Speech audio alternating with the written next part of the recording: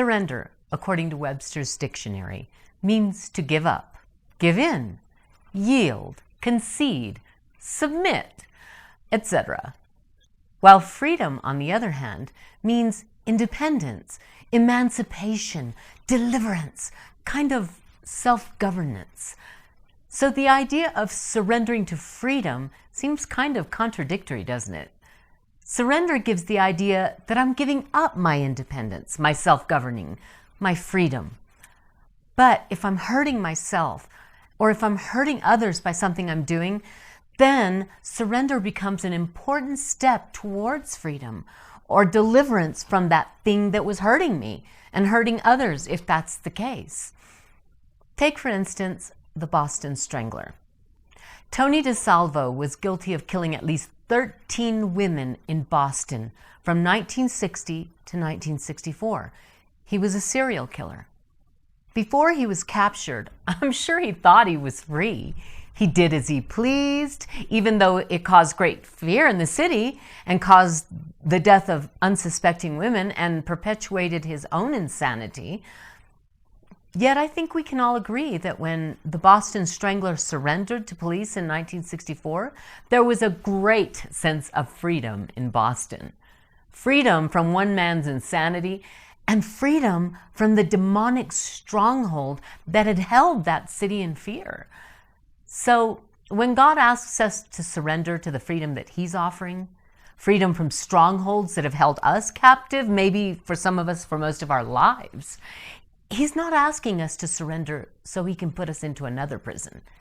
He's asking us to surrender so that the demonic strongholds that have held us in fear and bondage can finally be broken and we can experience true freedom.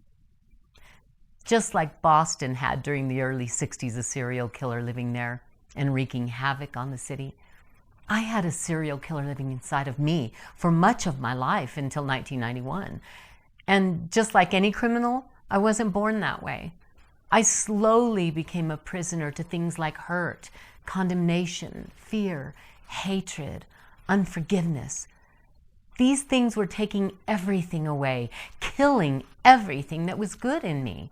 All my hopes and dreams and my faith were slowly overtaken by all these bad feelings. And then, to make matters worse, I let even more killers into my life. Pot, alcohol, speed, coke. I talked about that last week. So I may have looked like someone that was free to do whatever she wanted, but I was in prison, a prison of my own making. And I was very determined to stay in prison. I was comfortable there. For me, it was a matter of survival. I couldn't see living outside of those prison walls. It's like this movie I watched about a prison on the East Coast. At one point, the oldest prisoner is finally paroled after spending most of his life in prison, but he couldn't make it on the outside. He'd become institutionalized. That was me. I became institutionalized in my sin and addiction and even in my hurt. So much so that I felt I was more free when I was in prison. Can you see how twisted that is? We watch a movie and we think, that's crazy. How could that man not appreciate freedom? And I'm sure that's what the Lord must think when He sees us in the prisons we've made for ourselves. He must think, how can they be happy in prison? Like I told you last week, I surrendered my life and my heart to Jesus in 1991, but I didn't surrender my prison to Him until 1994. Such was my determination to continue hurting myself. I knew there was a serial killer loose inside of me, my self-will really, but I wasn't quite ready to arrest her and lock her up forever.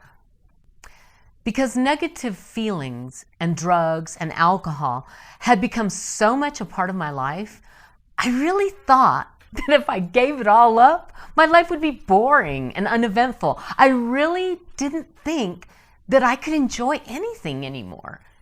Oh, and I was so prideful. Boy, was I prideful. Mind you, the enemy had convinced me that when I was doing the degrading, despicable things that I did, that somehow I still had my dignity. So when God asked me to humble myself, I thought, I'm not going to humble myself. But what God was actually offering me was to give me my dignity back, to make me new again. It's like my favorite verse, 2 Corinthians 5:17 says, that if anyone is in Christ, he's a new creation. The old has passed away and the new has come. Oh, I told God, get that, I told God that I would do anything but go to AA.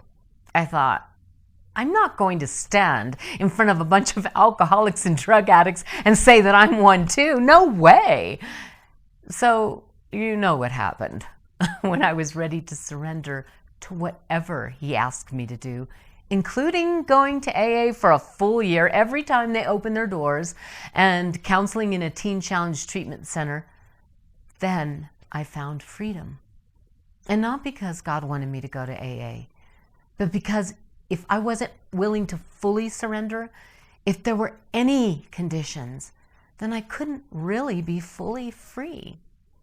And I think that's what happens when someone slips. In some way, they haven't fully surrendered.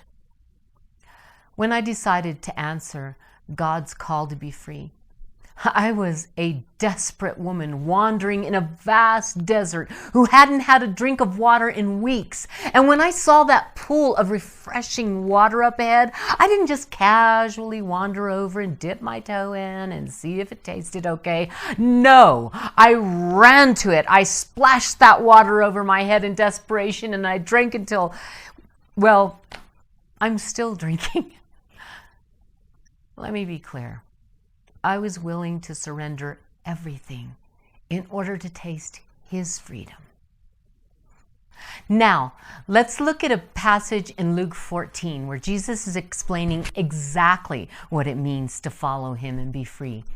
And yes, it can sound a little extreme in places, but if you're honest, don't we take our bondage to extremes, willing to forsake everyone and everything for its sake? I sure did. I'm going to be reading from Luke chapter 14, verses 25 to 33.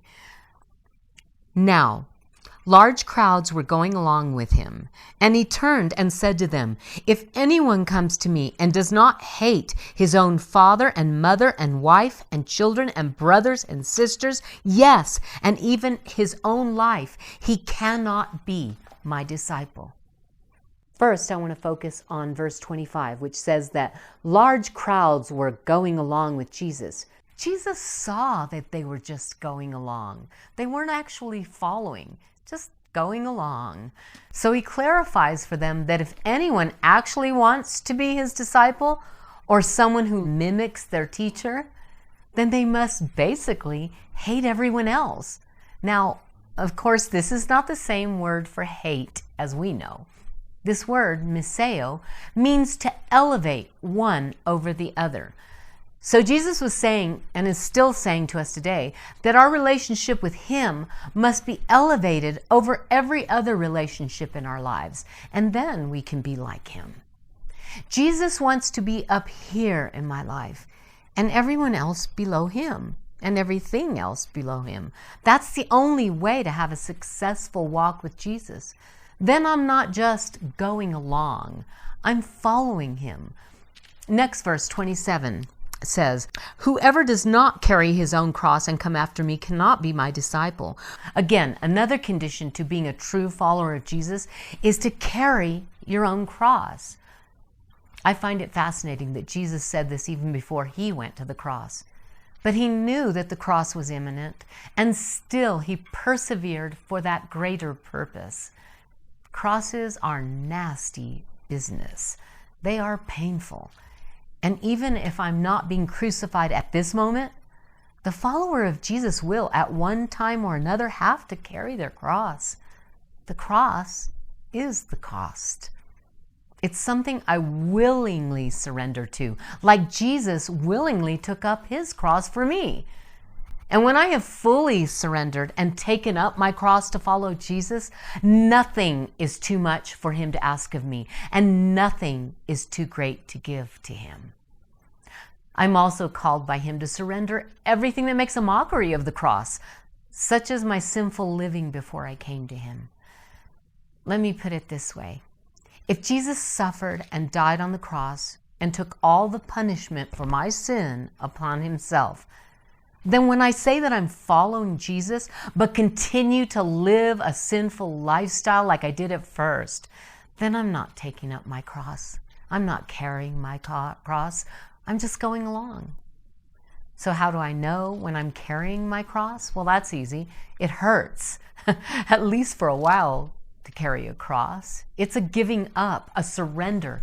But it's also freeing. By taking up his cross, Jesus set me free. So the cross is freeing from me. And God will use me and that cross to free others, like I hope is happening through this study. The last thing to know about the cross Jesus spoke of is that it was an intense spiritual moment for our Lord when he endured the cross. It was an intimate and profound expression of his love for me, for us all. And when I endure my cross, or crosses, it's an intense spiritual encounter that I share with Jesus, and an intimate and profound expression of my love for him. If you're in this class for the purpose of breaking free and growing closer to Jesus, then you understand what it means to carry your cross, don't you? Let's move on. Verse 28. For which one of you, when he wants to build a tower, does not first sit down and calculate the cost to see if he has enough to complete it?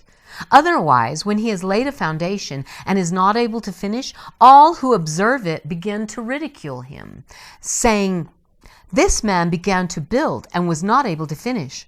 Or what king, when he sets out to meet another king in battle, will not first sit down and consider whether he is strong enough with 10,000 men to encounter the one coming against him with 20,000?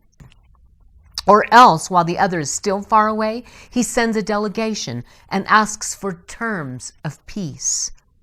So then, none of you can be my disciple who does not give up all his own possessions. Again, what Jesus is saying is simply count the cost. In fact, it's a common theme throughout the Bible. Half-hearted commitment will only lead to failure after failure and eventual surrender to the opposition. Jesus says in the last book of the Bible, Revelation, to one of the 7 churches at that time, that he wished that they were either hot or cold, but they were neither. So he was so frustrated with their half-hearted devotion that he said he was going to spit them out of his mouth. In some countries, you can't even get baptized unless you understand that you will probably lose your family, your job, and very possibly your life if you become a Christian. And that's all that Jesus is saying. If you want to follow me, please count the cost. If you want to be free, count the cost. Last week I made it pretty clear. Freedom is not free. If you want to be free, be willing to fight for it. Be willing to die for it. Maybe not literally, but I can tell you that when I was coming out of addiction, there were times when I thought I was going to die. And when you're following Jesus, there will be times when he asks you to give up something very precious. But honestly, the Lord has not ever asked anything of me for his freedom that I was not willing to give up for my own imprisonment. I was willing to give everything and more to remain in that prison where I'd become institutionalized. And now I can't even imagine that I was ever happy there. The first step to freedom is taking the first step. And you've done that by being here. And I know what you had to go through to get here and what you'll probably have to go through to keep coming here. Everything will stand in your way. That prisoner in that movie that I was talking about couldn't make it on the outside of the prison because it had become his home, his normal. I think you're here because you know that being in prison is not normal. I guarantee that if you persist in freedom as you've persisted in your imprisonment, with God's help, you will find freedom. And it will be ugly business sometimes. It's like that quote at the beginning of this chapter says, the truth will make you free, but first, it will make you miserable. After 26 years of freedom, sometimes the enemy still tries to convince me that prison is a safer, more comfortable place. But Satan is a liar. Jesus called him the father of lies. He invented lies. I hope and pray that you stick it out. It's worth it. I promise it is. Surrender today to freedom.